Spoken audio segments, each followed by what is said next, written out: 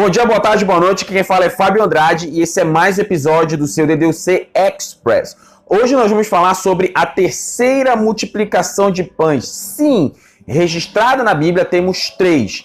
Então, como diria Digsol, que comecem os jogos.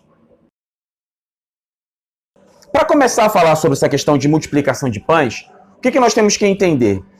Tem muitas pessoas que acham que as multiplicações de pães foram feitas por Jesus, iniciadas por Jesus em Mateus capítulo 14 e Mateus capítulo 15. Entretanto, na cronologia bíblica, o primeiro a multiplicar pães foi Eliseu.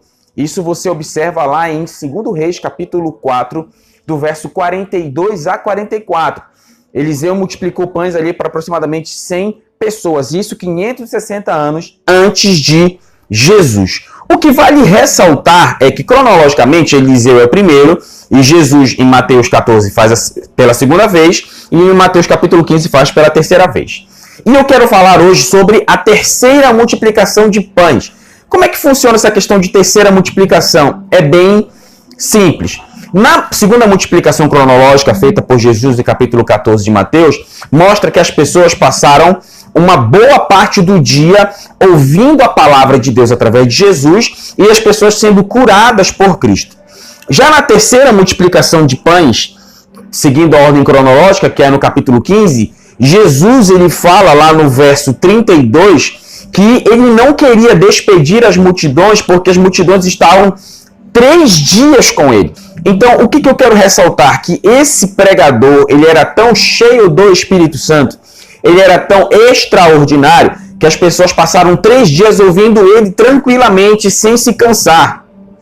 E é essa realidade que nós que ministramos a palavra, seja aqueles que pregam no púlpito e principalmente aqueles que pregam fora do púlpito, que eu falo no trabalho, na universidade, na célula, nas campanhas evangelísticas, a nossa palavra, a palavra de Deus que vem de nós, tem que ser uma palavra temperada com sal, a ponto das pessoas não se sentirem enfadadas em nos ouvir. Muitas vezes na igreja tem pessoas que, tem pregadores que quando estão lá ministrando, os irmãos já ficam olhando pro relógio, meu Deus, esse cara não termina de falar, meu Deus, esse cara é muito chato. Então isso não pode acontecer conosco. O que mais vemos hoje em dia são as palavras espada. O que é a palavra espada? A palavra comprida e chata. E aí eu cito 4 pontos básicos para não sermos chatos na ministração da palavra. Primeiro ponto, ser cheio do Espírito Santo. Não adianta eu ter todo o conhecimento da palavra se eu não for cheio do Espírito Santo, se eu não buscar a revelação do Espírito Santo. O impressionante é que a Bíblia é o único livro que você lê tendo o autor do lado para te explicar. Então, para que eu pregue a palavra, eu tenho que ter a revelação do Espírito Santo, ser cheio do Espírito Santo. Para você entender o quanto isso faz diferença, João Batista era tão cheio do Espírito Santo que as pessoas iam para o deserto ouvir ele. Lembra, hoje em dia as pessoas não querem ir para as igrejas, onde é asfaltado, onde tem ar-condicionado.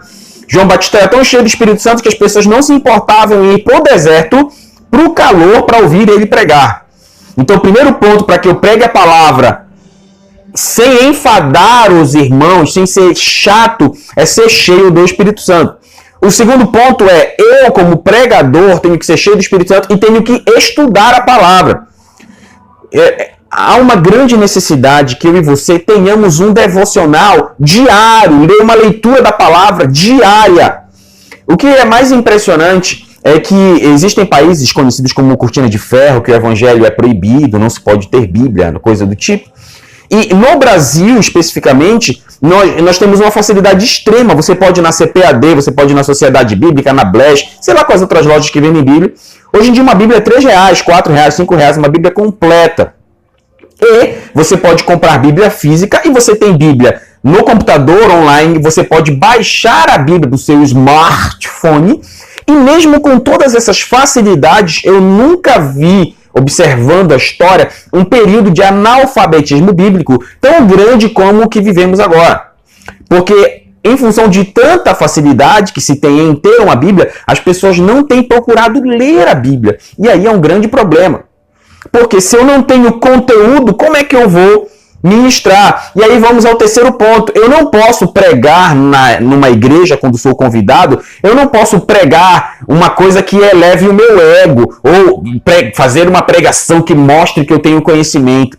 A pregação que eu vou ministrar tem que ser uma pregação com a direção de Deus. Eu tenho que pregar seguindo a direção do Espírito Santo, seguindo a direção de Deus. E outra, eu não concordo muito com esse negócio de, preguei uma mensagem hoje aqui, amanhã em outra igreja prego a mesma mensagem. Eu entendo e biblicamente falo que a revelação da palavra ela é constante. Então, muitas vezes vão irmãos para a igreja pregar com mensagens requentadas. O cara já pregou ou nem estudou. Eu acho que de vez em quando, se você tiver uma direção do Espírito Santo, você pode até repetir uma pregação que fez. Mas se tiver uma direção, porque Deus tem sempre uma nova palavra, uma nova revelação para dar. Então, nada de mensagem requentada. Vamos ser cheios do Espírito Santo, vamos estudar a palavra, fazer o nosso devocional diário, que aí sempre nós teremos uma mensagem nova para dar. E o último ponto para encerrar é, amigão, você que está ouvindo, você não precisa pregar 2 horas para a igreja te achar espiritual ou para receber a mensagem de Deus. Hoje em dia é muito comum esses caras pregando 2 horas, 3 horas. Olha, uma vez eu fui num culto e aí foi convidado uma irmã para pregar e tal, até psicóloga. E a irmã pregou por 3 horas. 3 horas. Uma palavra bem chupada, comprida e chata. E aí, quando terminou a pregação, a irmã disse, olha irmãos, eu quero pedir desculpa porque eu não consegui falar tudo o que eu queria, mas eu espero que a igreja me convide de novo para que eu venha terminar a pregação. Na hora eu falei, Jesus, que nunca essa irmã volte. Porque nós não precisamos de tanto tempo para nos fazer entender. Falar horas e nem falar minutos. Nós temos que ser concisos. Eu entendo, isso é um pensamento particular. Por exemplo, eu tenho o costume de, toda vez que vou pregar, de me cronometrar. Quando chega nos 35 minutos, eu já começo a fazer minhas considerações finais. Eu, particularmente, entendo que 45 minutos é um tempo ideal para você pregar, expor as suas ideias e passar a revelação de Deus. Entendo que é um tempo ideal para isso. Então esse é o terceiro ponto que eu acho extremamente relevante da terceira multiplicação de pães, que as pessoas passaram 3 dias ouvindo Jesus, não se enfadaram porque Jesus era cheio do Espírito Santo, estudava a palavra, ele tinha uma direção de Deus, e aí, meu irmão, ele ia pregando, ele pregou 3 dias porque Deus mandou ele pregar 3 dias, não vai fazer isso na sua congregação, isso é uma direção de Deus aí. Então, gente, muito obrigado por me ouvir. Eu sei que sou muito chato, eu sei que a cara não ajuda, mas nós nos encontramos no próximo vídeo. Então, assina o nosso canal, curte o nosso vídeo, clica no sininho e nos encontramos domingo que vem no próximo The Deus Express. Valeu!